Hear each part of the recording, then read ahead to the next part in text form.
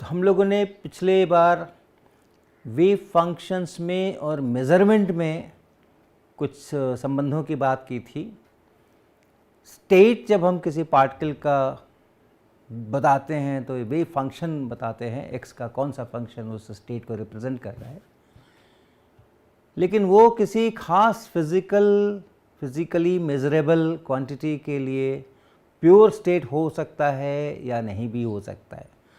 हर observable quantity के लिए कुछ प्योर स्टेट्स हैं जिनके कुछ खास वेव फंक्शंस हैं। किसी टाइम पे किसी पार्टिकल का वेव फंक्शन अगर उन प्योर स्टेट में से कोई है तब उस क्वांटिटी का मान डेफिनिट है। ये चर्चाएं हम लोगों ने पिछली बार की थी। लेकिन अगर नहीं है तो फिर वो मिक्स्ड स्टेट है, उस ऑब्जर्वेबल के लिए वो मिक्स्ड स्टेट है और उसमें उसका एक डेफिनिट वैल्यू है ही नहीं। और डेफिनिट वैल्यू जब नहीं है तो उसको हम उसका वैल्यू जानने का कोई प्रश्न नहीं उठता है। तो हम उसके डिफरेंट जो पॉसिबल वैल्यूज़ हैं उनकी केवल प्रोबेबिलिटीज़ की बात कर सकते हैं और इसलिए एक अनसर्टेनिटी आती है कि अगर मेज़र करें तो क्या क्या वैल्यूज़ पॉसिबल हैं, कभी ये आएगा कभी वो आएगा, तो एक अनसर्टेनिटी उसमें से बनती है। और अगर हमने मेज़रमेंट कर लिया तो हमने उस अनसर्टेनिटी को ख़त्म कर दिया, तब हमें वैल्यू मिल जाएगा कि इस समय इतना वैल्यू है। हालांकि पहले उसका एक डेफिनेट वैल्यू नहीं था, लेकिन जब मेज़रमेंट कर लिया तो कोई एक वैल्यू मिल जाएगा। कौन सा मिल जाएगा पता नहीं, लेकिन कोई एक वैल्यू मिल जाएगा। वैल्यू मिल गया का मतलब है कि उसकी अनसर्टेनिटी ख़त्म हो गई और इसलिए उसका वेव फंक्शन अब मिक्स्ड स्टेट नहीं होकर प्योर स्टेट हो गया। और इस कारण से हम कहते हैं कि मेज़रमेंट ने वेव फंक्शन को एकदम से ही बदल दिया। कहाँ वो एक मिक्स्ड स्टेट था और कहाँ वो एक प्योर स्टेट हो गया। तो मेज़रमेंट डिस्टर्ब्स द सिस्टम, इस नोट पर हम लोगों ने पिछली बार बातें की थी। अब आप ये देखें, अनसर्टेनिटी की बात हम करने जा रहे हैं। तो अगर हमारे पास में इस प्रकार का कोई वेव फंक्शन है, इस प्रकार का वेव फंक्शन है, याद रखिएगा ये प्लॉट्स बहुत एक केवल हल्की सी कल्पना देने के लिए हैं कि देयर आर सम फ्लक्चुएशंस और जो एम्पलीट्यूड है कहीं कम ज़्यादा हो रहा है, लेकिन ये wave functions in general complex quantities होते हैं और इसलिए उनको प्लॉट करना संभव नहीं होता है। लेकिन हाँ, उसका आप मैग्नीट्यूड ज़रूर निकाल सकते हैं, कॉम्प्लेक्स कॉन्जुगेट से गुना करके वो रियल क्वांटिटी होती है उसको आप प्लॉट कर सकते हैं। लेकिन उसके अंदर में पीरियोडिसिटी भी कुछ हद तक होती हैं, इसलिए हम लोग कुछ पीरियोडिसिटी है बताने के लिए ऐसा ऐसा ग्राफ खींचते, ऐसा वेव फंक्शन हम लोग बताते। तो ये अगर है, और अगर हम इसमें पोजीशन की बात करें तो ये पोजीशन का प्योर स्टेट नहीं है। पोजीशन जहाँ जहाँ वेव फंक्शन है वहाँ वहाँ पोजीशन होता है। आप जानते हैं प्रोबेबिलिटी होती है किस बात की, x से x प्लस dx, इस बीच अगर मैं मेज़रमेंट करूं तो इस बीच पाऊंगा, यानी इस मिक्स्ड स्टेट में इस वाले पार्ट का कितना कंपोनेंट है, दूसरा x बदल दूं मैं तो उस वाले पार्ट का कितना कंपोनेंट है, उसके अनुसार ये प्रोबेबिलिटीज़ डिसाइड होती हैं। और ये प्रोबेबिलिटी आप जानते हैं Sai x square mod square dx, ये इसकी प्रोबेबिलिटी बनती है। तो यानी यहाँ प्रोबेबिलिटी शायद 0 या बहुत कम होगी, यहाँ करीब 0 ही होगी, यहाँ पे कुछ ज़्यादा होगी जहाँ इसका मैग्नीट्यूड ज़्यादा है। तो अनसर्टेनिटी है। तो इस अनसर्टेनिटी को हम लोग मैथमेटिकली उसका एक वैल्यू देते हैं कि अनसर्टेनिटी यानी कितनी अनसर्टेनिटी है। अगर हम इसको लीनियर मोमेंटम के टर्म्स में सोचेंगे तो ये उसका भी प्योर स्टेट नहीं है। उसके जो प्योर स्टेट्स होते हैं वो आप जानते हैं, वो पूरे -इन्फिनिटी से +इन्फिनिटी तक समान एम्पलीट्यूड से वैरी करते हैं। लेकिन उनके भी कॉम्बिनेशंस करके ये हम कंस्ट्रक्ट कर सकते हैं। और तब उसमें कौन कौन से पी शामिल है, क्योंकि एक सिंगल पी नहीं है, फिर वो सारे लीनियर मोमेंटम जो हैं वो इस स्टेट के अंदर में, इस अवस्था के अंदर में, पार्टिकल के इस इंस्टेंट पर जो पार्टिकल है उसमें वो सब एक साथ शामिल है। सारे लीनियर मोमेंटम एक साथ शामिल है। जब मेज़र करेंगे तो कोई एक उसमें से पकड़ में आएगा, और एक पकड़ में कोई आ जाएगा तो उसके बाद वेव फंक्शन बिल्कुल कोलैप्स होकर के और प्योर स्टेट जैसा बन जाएगा। तो उसकी जो अनसर्टेनिटी है कि कितने मोमेंटम से कितने मोमेंटम तक के कंपोनेंट्स उसके अंदर में शामिल हैं जब ऐसा वेव फंक्शन बनाना है, वहाँ से लीनियर मोमेंटम की अनसर्टेनिटी बनती है। तो वो भी आपको पता है, वो भी हम लोग चर्चा कर चुके हैं। अगर लीनियर मोमेंटम की बात करें, ये पोजीशन की बात हुई, अगर हम लीनियर मोमेंटम की बात करते हैं तो उसमें भी आपको मालूम है कि हम लोग अगर साई एक्स कोई है तो उसको हम लोग ऐसे लिख सकते हैं 1/2 पाई एच क्रॉस का स्क्वायर रूट, और फिर यहाँ पे हम ए पी ऐसा लिखते हैं, और फिर यहाँ पे हम इसका -i/h क्रॉस पी एक्स ऐसा लिखते हैं, और फिर हम इसको p से इंटीग्रेट करते हैं। तो ऐसा वेव फंक्शन अगर बनाना हो तो ऐसा वेव फंक्शन आप इस प्रकार के इंटीग्रेशन से बना सकते हैं, p के डिफरेंट वैल्यूज़ ले करके, करस्पॉन्डिंग AP उसके कोफिशिएंट्स ले करके। ये प्योर स्टेट है, इस प्योर स्टेट्स का पूरा सुपरपोजिशन करके आप ये वेव फंक्शन बना सकते हैं।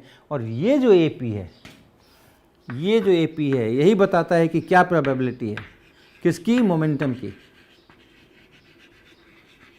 जो बहुत सारे मोमेंटम मिल करके इसको बना रहे हैं, उसमें से जो P से P प्लस DP, ये जो पार्ट है इस वेव फंक्शन में, इस वाले वेव फंक्शन का जो पार्ट है वो हम इस AP से पता करते हैं, और वो हम कहते हैं AP का स्क्वायर इंटू DP।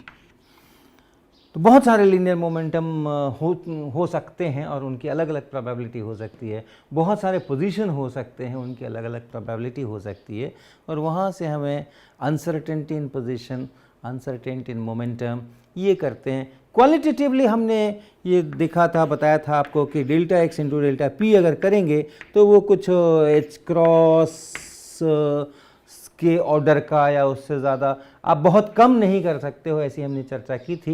लेकिन आज हम बिल्कुल डिफ़ाइन करना चाहते हैं गणितीय रूप में कि ये डेल्टा एक्स हम किसको कहेंगे, अंदाज से नहीं कि अच्छा यहाँ से यहाँ तक अगर ये x1 है, ये x2 है, और उसके बाद हम देख रहे हैं कि मैग्नीट्यूड बहुत कम हो गया तो x2 माइनस x1 जो है वो उसकी अनसर्टेनिटी हो गई, ऐसा अंदाज नहीं, पक्का वो हम कैसे डिफ़ाइन करते हैं डेल्टा एक्स को, कैसे डिफ़ाइन करते हैं डेल्टा पी को, और तब फिर उस डेफिनेशन के अनुसार डेल्टा एक्स डेल्टा पी का क्या मान बनता है, क्या लिमिट बनती है, उसके लिए क्या रिलेशन बनता है, वो हमारा चर्चा का विषय है। तो सबसे पहले हम ये देखें कि हम थोड़ा जो इसको सांख्यिकी कहते हैं, स्टैटिस्टिक्स कहते हैं, स्कूल्स में आपने पढ़ा होगा, उसकी थोड़ी सी चर्चा हम करेंगे। प्रोबेबिलिटीज़ की बात आ रही है तो प्रोबेबिलिटीज़, जैसे एक हमारे पास में ये डाइस है, ये आप देख रहे हैं, ये जो लूडो खेलते हैं उसका ये डाइस है, उसके बहुत सारे सतहें, 6 सतहें हैं इसमें, और हर एक सतह के ऊपर कुछ ना कुछ बिंदियाँ बनी हुई हैं। अब ये सामने में है, इसमें 4 बिंदियाँ बनी हैं, तो जब आप इस पासे को खेलते हैं और वो सामने में जब टिकता है पासा और ऊपर में ये 4 बिंदियाँ आती हैं तो आप कहते हैं 4 आ गया। इसी प्रकार से ऐसा आ गया तो आप कहते हैं 1 आ गया, ऐसा आ गया तो आप कहते हैं 3 आ गया, ऐसा आ गया तो आप कहते हैं 6 आ गया, ऐसा आ गया तो आप कहते हैं 5 आ गया, ऐसा अलग अलग 2 आ गया। अब जब हम इसको खेलते हैं, जब हम इस पासे को फेंकते हैं तो हमें पता नहीं होता है कि 1 आएगा कि 2 आएगा कि 3 आएगा कि 4 आएगा कि 5 आएगा या 6 आएगा। तो हम प्रोबेबिलिटीज़ की बात करते हैं। अगर ढंग से बना हुआ है ये, कोई ऐसा नहीं है कि एक तरफ जरा इसकी घिसाई ज़्यादा हो गई है, एक तरफ कम हो गई है, सभी सतहें एक जैसी हैं, तो हम कहते हैं कि हर नंबर के लिए प्रोबेबिलिटी बराबर है और कुल 1/6 है। 3 आने की क्या प्रोबेबिलिटी है? 1/6। 1 आने की क्या प्रोबेबिलिटी है? 1/6। 4 आने की क्या प्रोबेबिलिटी है? वो भी 1/6। 5 आने की कितनी है? वो भी 1/6। 6 आने की कितनी है? वो भी 1/6। सब 1/6 बराबर बराबर प्रोबेबल है। तो अगर हम इसकी बात करें तो क्या क्या आ सकते हैं? 1 आ सकता है, 2 आ सकता है, 3 आ सकता है, 4 आ सकता है, 5 आ सकता है, 6 आ सकता है। ये तो हमारे नंबर्स आ सकते हैं, वो हैं। और जो इनकी प्रोबेबिलिटी है वो बराबर बराबर है, 1/6, 1/6, 1/6, 1/6, 1/6, 1/6। और मान लें कि बहुत बार हम ये खेल कर रहे हैं और हमने अपने पूरे खेल के अंदर में बहुत बार इसको फेंका है, इस पासे को फेंका है। मान लीजिए कि हमने इसको 600 बार फेंका है। Total number of throws large number हम लेके चलना चाह रहे हैं, टोटल नंबर ऑफ थ्रोज 600, तो कितनी बार 1 आना चाहिए? अगर सभी की बराबर बराबर प्रोबेबिलिटी है, 600 बार हमने टोटल फेंका है, तो कितनी बार 1 आना चाहिए? तो 600 इंटू 1/6, सभी को बराबर बराबर आना चाहिए। 1 कितनी बार आना चाहिए? तो 1 भी आना चाहिए 100 बार, 2 भी आना चाहिए 100 बार, 3 भी आना चाहिए 100 बार, 4 भी आना 100 बार, 5 को भी 100 बार आना चाहिए, 6 को भी 100 बार आना चाहिए। और बड़ी जब संख्याएं होती हैं और तब हम उसमें ये प्रोबेबिलिटीज़ के रूल्स लगाते हैं। तो जब हम कहते हैं कि 100, तो इसका मतलब ये नहीं है कि 99 बार नहीं आ सकता, उसको 100 बार ही आना पड़ेगा, या 98 बार नहीं आ सकता, या 102 बार नहीं आ सकता, लेकिन वो वेरिएशन कम हो जाता है, काफ़ी कम हो जाता है। हाँ, आप 6 बार फेंको और उसमें कहो कि नहीं हर बार एक एक सबको आना चाहिए, तो वो उसमें बहुत गड़बड़ हो सकती है। लेकिन आप 600 बार फेंको और आप कहो कि 100 आना चाहिए, तो आप पाओगे कि कोई बहुत ज़्यादा गड़बड़ नहीं हो रही है। 100 की जगह मान लो कभी 600 में करने से 96 ही हो गया या 104 ही हो गया, लेकिन ऐसे नहीं होगा कि वो 20 बार आ जाए और कोई दूसरा जो है वो 150 बार आ जाए। ऐसा हो रहा है तो इसका मतलब है कि प्रोबेबिलिटीज़ बराबर नहीं है, उसका जो सतहें हैं वो एक जैसी नहीं है। कहीं कोई कोना टूटा हो सकता है, या कोई एक साइड भारी हो सकता है, और कुछ ना कुछ हो सकता है। अगर सब बराबर हैं तो ऐसा ही आना चाहिए। अब एक और गणित कर लीजिए। आपकी जो संख्याएं ऊपर आई हैं, पासा फेंकने पे जो ऊपर संख्याएं आई हैं, 600 बार हमने फेंका, हर बार क्या क्या आ गया? हमने कभी 1 आया, कभी 2 आया, कभी 5 आया। उन सब का एवरेज क्या है? उन सब का औसत निकालिए, उन सब का एवरेज कितना है? तो वो एवरेज कैसे निकालेंगे? तो वो एवरेज निकालने के लिए आप क्या करेंगे? आप सबको जोड़ेंगे, सबको जोड़ेंगे। अभी 1 आ गया, फिर 5 आ गया, तो 1 और 5 6 आ गया, फिर 3 आ गया तो 8 आ गया, फिर 2 आ गया, फिर 1 आ गया, फिर 4 आ गया, फिर 6 आ गया, फिर 2 आ गया, फिर 4 आ गया। सबको आपको जोड़ना है। तो वो जोड़ कितना आने वाला है? ये कितनी बार आया है? 100 बार आया है। तो सबको जब जोड़ना है तो हम ऐसे भी कर सकते हैं कि सारे 1 वाले एक साथ जोड़ लें, सारे 2 वाले एक साथ जोड़ लें, सारे 3 वाले एक साथ जोड़ लें, और फिर उन सबको आपस में जोड़ दें। तो वो अगर करें तो देखिए 1 आया है 100 बार, तो उसको अगर आप जोड़ेंगे तो 1 × 100 इतना हो जाएगा। 2 आया है 100 बार, उन सारे 2 2 2 2 को जब जोड़ेंगे तो वो 2 × 100 हो जाएगा। फिर 3 × 100 हो जाएगा, 4 × 100 हो जाएगा, फिर 5 × 100 हो जाएगा, और फिर अंत में 6 × 100। 6 ये भी 100 बार आया है, तो ये सब हो जाएंगे। और सबको जोड़ दिया। भाग किससे लगाना है? औसत लगाने के लिए भाग किससे लगाना है? कितनी संख्याएं जोड़ी? 600 संख्याएं जोड़ी हमने, तो इसलिए 600 से भाग लगाना है। क्या बना? 1 × 1/6 प्लस 2 × 1/6 प्लस 3 × 1/6 प्लस 4 × 1/6 प्लस 5 × 1/6 और प्लस 6 × 1/6। क्योंकि ये सारे 100 जो हैं वो आप कॉमन निकाल करके और यहाँ काट ले सकते हैं, और सब ऐसा बन के आ जाएगा। और ये 600 की जगह अगर आप और भी कुछ लिए होते, 1200 भी लिए होते या कुछ भी लिए होते, तो भी ऐसा ही होता। अंत में इतना ही कट करके ये निकल के आता। आप 60 बार करोगे तो भी इतना ही आएगा, 120 बार करोगे तो भी इतना ही निकल करके आएगा। तो यानी लार्ज नंबर ऑफ ट्रायल्स अगर करें और तब फिर उस संख्या जो आ रही हैं बार बार उसका औसत निकालें, तो वो औसत निकालने के लिए वो जो नंबर्स हैं जो आ सकते हैं उनको उनकी प्रोबेबिलिटी से गुना करना है और जोड़ देना है। तो ये प्रोबेबिलिटी का ये एक अर्थ ध्यान में रखेंगे कि अगर हमें एवरेज लेना है, इस क्वांटिटी को अगर मैं कुछ नाम दे दूं, मान लीजिए इसको मैं b नाम दे दूं, तो जो b का एवरेज है, b का एवरेज जो है, ऐसे इस एवरेज के लिए हम ऐसा संकेत करेंगे, अभी और भी इसकी चर्चा करेंगे हम। ये एवरेज के लिए जितने b के पॉसिबल वैल्यूज़ हैं वो लिखें, और उस वैल्यू के लिए जो प्रोबेबिलिटी है वो लिखें और जोड़ लगा दें। तो ये करने से वो एवरेज निकल करके आता है। अब ये सोचिए फिर से इस लूडो के डाइस के प्रॉब्लम में कि हम बस एक ही बार अपना पासा फेंकने वाले हैं और हमारे मन में है कि क्या आएगा, तो कई बार क्या होता है, लूडो के खेल में आपको जल्दी जल्दी आगे भागना होता है ताकि आप अपने इसको अंजाम तक पहुंचा सकें। उसका जो घर है, अंतिम घर जहाँ पर कि उसको कहते हैं कि गोटी हमारी जाकर के पिल गई, वहाँ तक जल्दी जल्दी उसको पहुँचाना है। और फिर आप पासा फेंकते हैं और पासा फेंकने पे आपको 1 सामने आ जाता है, तो आप बड़े दुखी हो जाते हैं कि क्या 1 ही आया।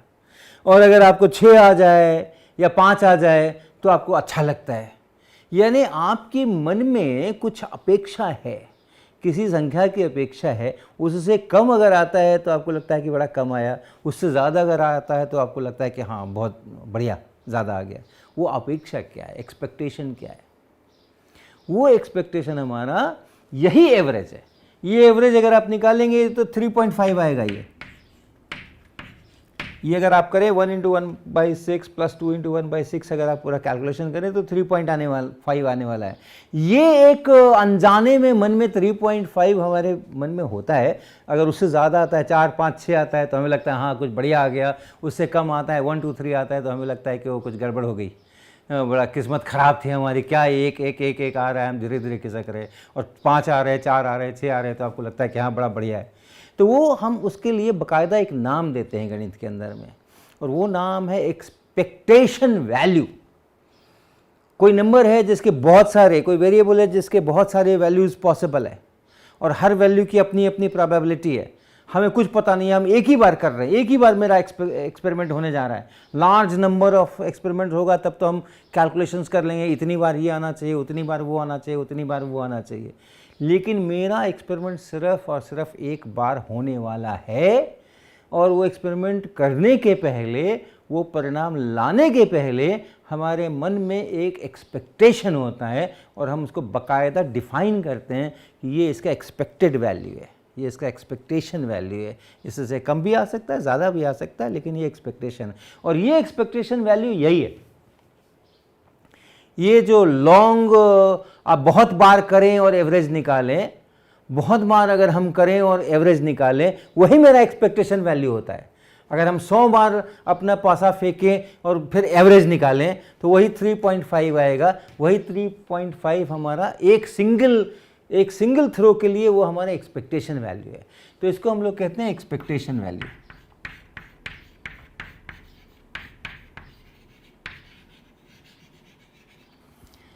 तो अगर वापस हम अपने इस पर आएँ, वेव फंक्शन पार्टिकल पे आएँ, और इस वेव फंक्शन में अगर हमारे x होने की प्रोबेबिलिटी, अब चूंकि ये कंटिन्यूस वेरिएबल है इसलिए हमें उसको थोड़ा सा मॉडिफाई करना पड़ेगा उस प्रोबेबिलिटी को।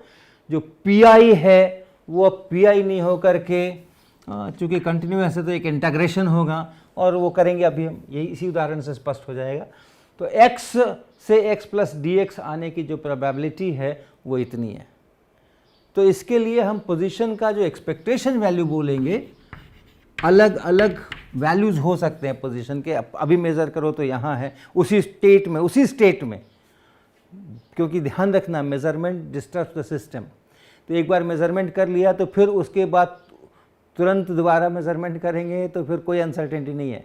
लेकिन जो ओरिजिनल स्टेट है अनसर्टेन, ये वाला, इसी स्टेट में अगर हम बार बार प्रयोग करें, बार बार पोजीशन मेज़र करें, तो अलग अलग वैल्यूज़ आने की अलग अलग प्रोबेबिलिटीज़ है। और एक्सपेक्टेशन वैल्यू के लिए हम इसी का इस्तेमाल करेंगे, और वो होगा, इस समेशन की जगह वो इंटीग्रेशन होगा। और जो वैल्यू है x की जो वैल्यू है वो हम x लिखेंगे, और जो प्रोबेबिलिटी है वो लिखेंगे। तो इसको कहते हैं हम एक्सपेक्टेशन वैल्यू।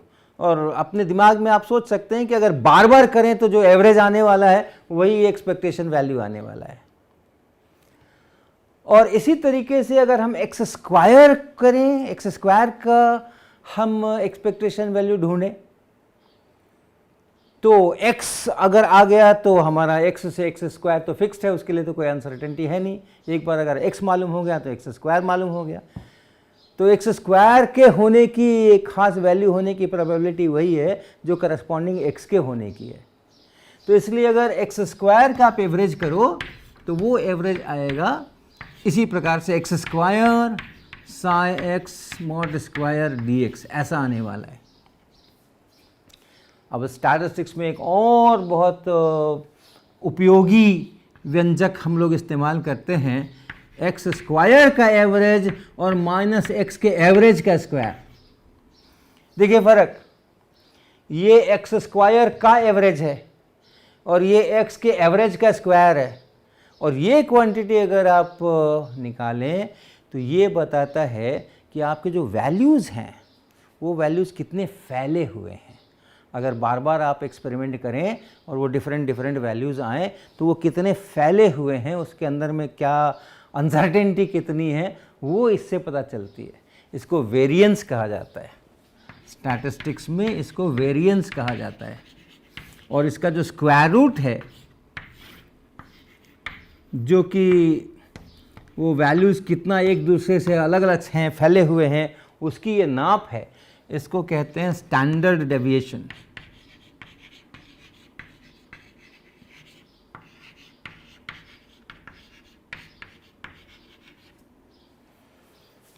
आप इस उदाहरण में ये स्टैंडर्ड डेविएशन निकाल सकते हैं, ये आपका होमवर्क रहेगा। ये x के वैल्यूज़ हैं, यानी b के वैल्यूज़ हैं, तो अगर उसका स्क्वायर कर दें आप तो 1, 4, 9, 16, 25, 36 हो जाएगा, और उसको इसी प्रोबेबिलिटी से मल्टीप्लाई कर दें और उसके बाद फिर उसको जोड़ दें तो आपको ये चीज़ निकल करके आएगी।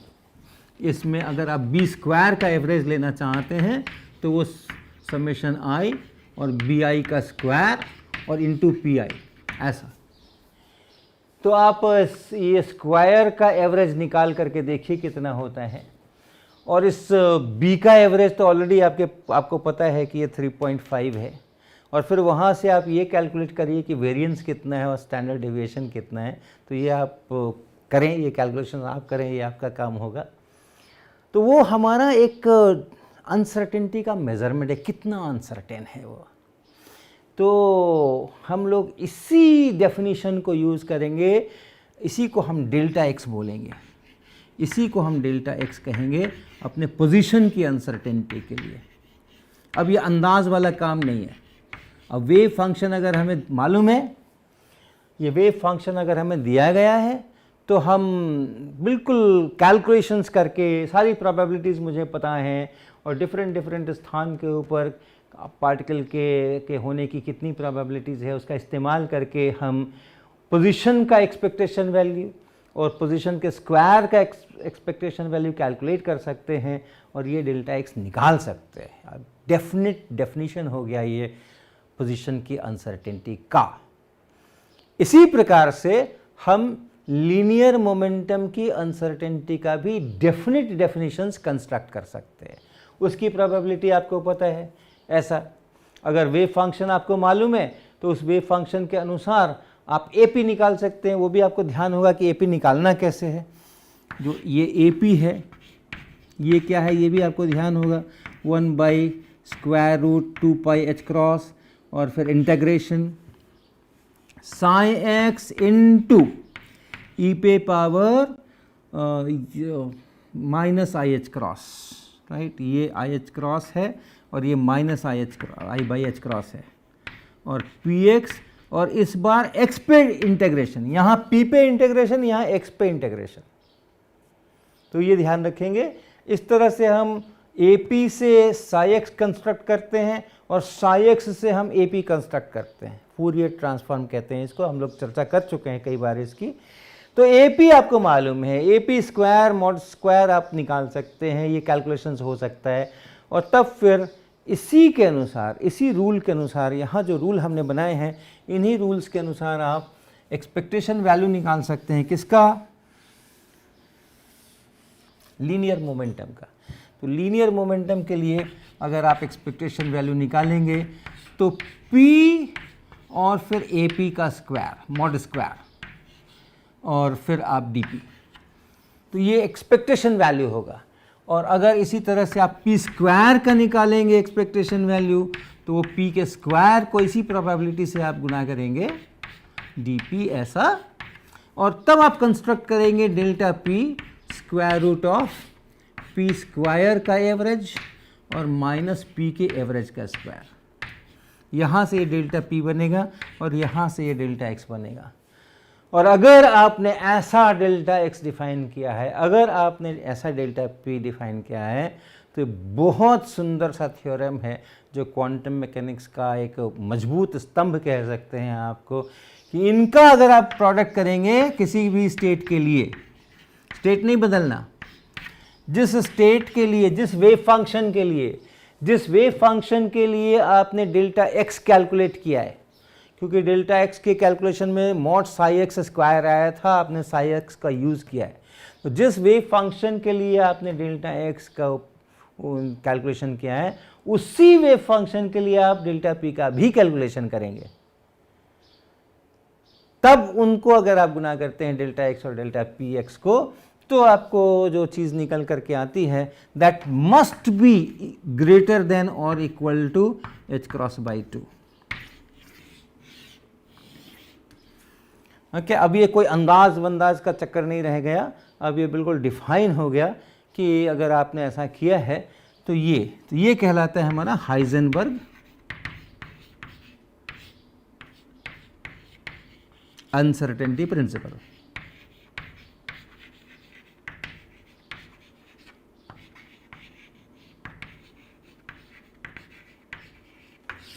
चाहे कैसा भी वेव फंक्शन हो, आप कैसे भी किस पार्टिकल की किसी भी अवस्था से आप शुरुआत कर रहे हो, अगर उस अवस्था को मेंटेन रखते हुए आप पोजीशन के बारे में सोचें कि उसकी कितनी अनसर्टेनिटी है और लीनियर मोमेंटम की कितनी अनसर्टेनिटी है, तो वैसी हालत में इसको greater than h cross by 2 होना ही पड़ेगा। तो आप एक साथ डेल्टा एक्स और डेल्टा पी को बहुत कम नहीं कर सकते हैं।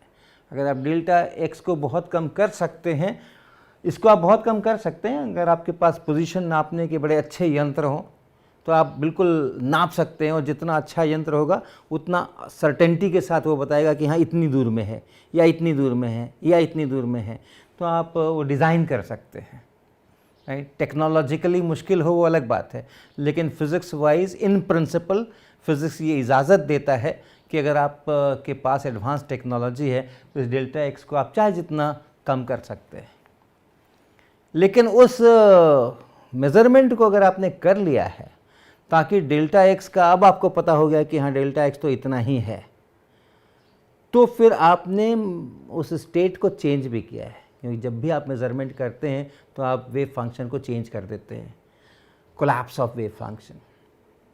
और उस नए वेव फंक्शन में अगर आप जाते हैं जिसमें आपको डेल्टा एक्स का वैल्यू पता है, जो बहुत कम है, जो आपने बहुत कम किया है अपनी टेक्नोलॉजी के माध्यम से, तो ये जो उस स्टेट में आप जाएंगे तो आप पाएंगे कि डेल्टा पी आपने बढ़ा दिया है, आपने बढ़ा दिया है, और उस नए स्टेट के अंदर फिर ये प्रोडक्ट करेंगे तो ज़्यादा आपको मिलेगा, इससे आपको ज़्यादा मिलेगा, इससे कम नहीं मिलेगा। इसी प्रकार से अगर आप लीनियर मोमेंटम, इसको नापने के अच्छे यंत्र हैं, और वेव फंक्शन कुछ भी हो, शुरुआती वेव फंक्शन कुछ भी हो, अगर आपने लीनियर मोमेंटम को अच्छी तरह से नापा है और आप पता कर सकते हो कि लीनियर मोमेंटम की अनसर्टेनिटी अब केवल इतनी है, तो उसको आप चाहे जितना कम कर सकते हैं। आपके अच्छे यंत्र होंगे, आपकी टेक्नोलॉजी एडवांस्ड होगी लीनियर मोमेंटम की, तो फिज़िक्स इजाज़त देता है कि इस डेल्टा पी को आप चाहे जितना कम कर सकते हैं। लेकिन जब आप चाहे जितना कम करेंगे तो आप वेव फंक्शन को चेंज करेंगे, और ये वेव फंक्शन जो अभी ऐसा दिख रहा है वो वेव फंक्शन और ज़्यादा फैल जाएगा और बड़ा हो जाएगा वो, क्योंकि जो लीनियर मोमेंटम के प्योर स्टेट्स होते हैं आपको पता है वो पूरे माइनस इन्फिनिटी से प्लस इन्फिनिटी तक बराबर एम्पलीट्यूड के साथ फैले होते हैं, तो ये फैल जाएगा। यानी अगर आपने डेल्टा पी को बहुत कम किया तो जो डेल्टा एक्स है वो बढ़ जाएगा, और हर हालत में आप इस रिज़ल्ट को आपको भी करना है कि delta x delta P in the same state, ये h क्रॉस बाई 2 से आपको बड़ा ही होना चाहिए या फिर मैक्सिमम इसके बराबर होना चाहिए। तो हम लोग कुछ एक्सपेरिमेंट्स के बारे में सोचेंगे। जब ये चीज़ें डेवलप हो रही थी तो ये इतना अटपटा लगता था कि ऐसे कैसे हो सकता है, हमारे पास अच्छे यंत्र अगर हैं तो क्यों नहीं हम डेल्टा एक्स को और डेल्टा पी को और बहुत कम कर सकते हैं, शून्य के करीबन कर सकते हैं, हम एक साथ दोनों चीज़ें एक्यूरेटली क्यों नहीं नाप सकते हैं। तो लोगों ने तरह तरह के थॉट एक्सपेरिमेंट्स क्रिएट किए। भले ही हमारी टेक्नोलॉजी कितनी है, हम टेबल के ऊपर क्या कर सकते हैं, लेकिन हम सोच तो सकते ही हैं। तो सोच करके अगर कुछ इस प्रकार के कंसीव करें हम एक्सपेरिमेंट, जिसमें कि हम डेल्टा एक्स को बहुत कम करें या डेल्टा पी को हम बहुत कम करें, फिर हम देखें कि क्या ये ज़रूरी है ऐसा। हम ऐसा नहीं कर सकते कि हाँ पोजीशन भी बहुत अच्छी तरह मालूम हो जाए और लीनियर मोमेंटम भी बहुत अच्छी तरह से मालूम हो जाए। तो ऐसे बहुत सारे एक्सपेरिमेंट्स डिज़ाइन करने की, यानी एक्सपेरिमेंट टेबल पर डिज़ाइन करने की नहीं, दिमाग में डिज़ाइन करने की। In principle I can do this. तो वो इन प्रिंसिपल भी ऐसा नहीं कर सकते हैं, ये हर बार निकल करके आया। तो इस तरीके के थॉट एक्सपेरिमेंट्स में से हम एक अगली क्लास में हम लेकर के आएंगे, जिसमें हम थोड़ा सा आपको कुछ दिखाएंगे भी, और कोशिश जो लोगों ने प्रपोज़ किया शायद ऐसा करेंगे तो अनसर्टेनिटी प्रिंसिपल बीट हो जाएगा, तो वैसा नहीं होता है। हमारी प्रकृति, हमारे फिज़िक्स के बाकी के साथ जो नियम हैं वो भी इसके साथ में, इस षड्यंत्र के साथ में शामिल हैं, ताकि ये अनसर्टेनिटी प्रिंसिपल बना रहे। ये फिर हमारे अगले क्लास का विषय होगा।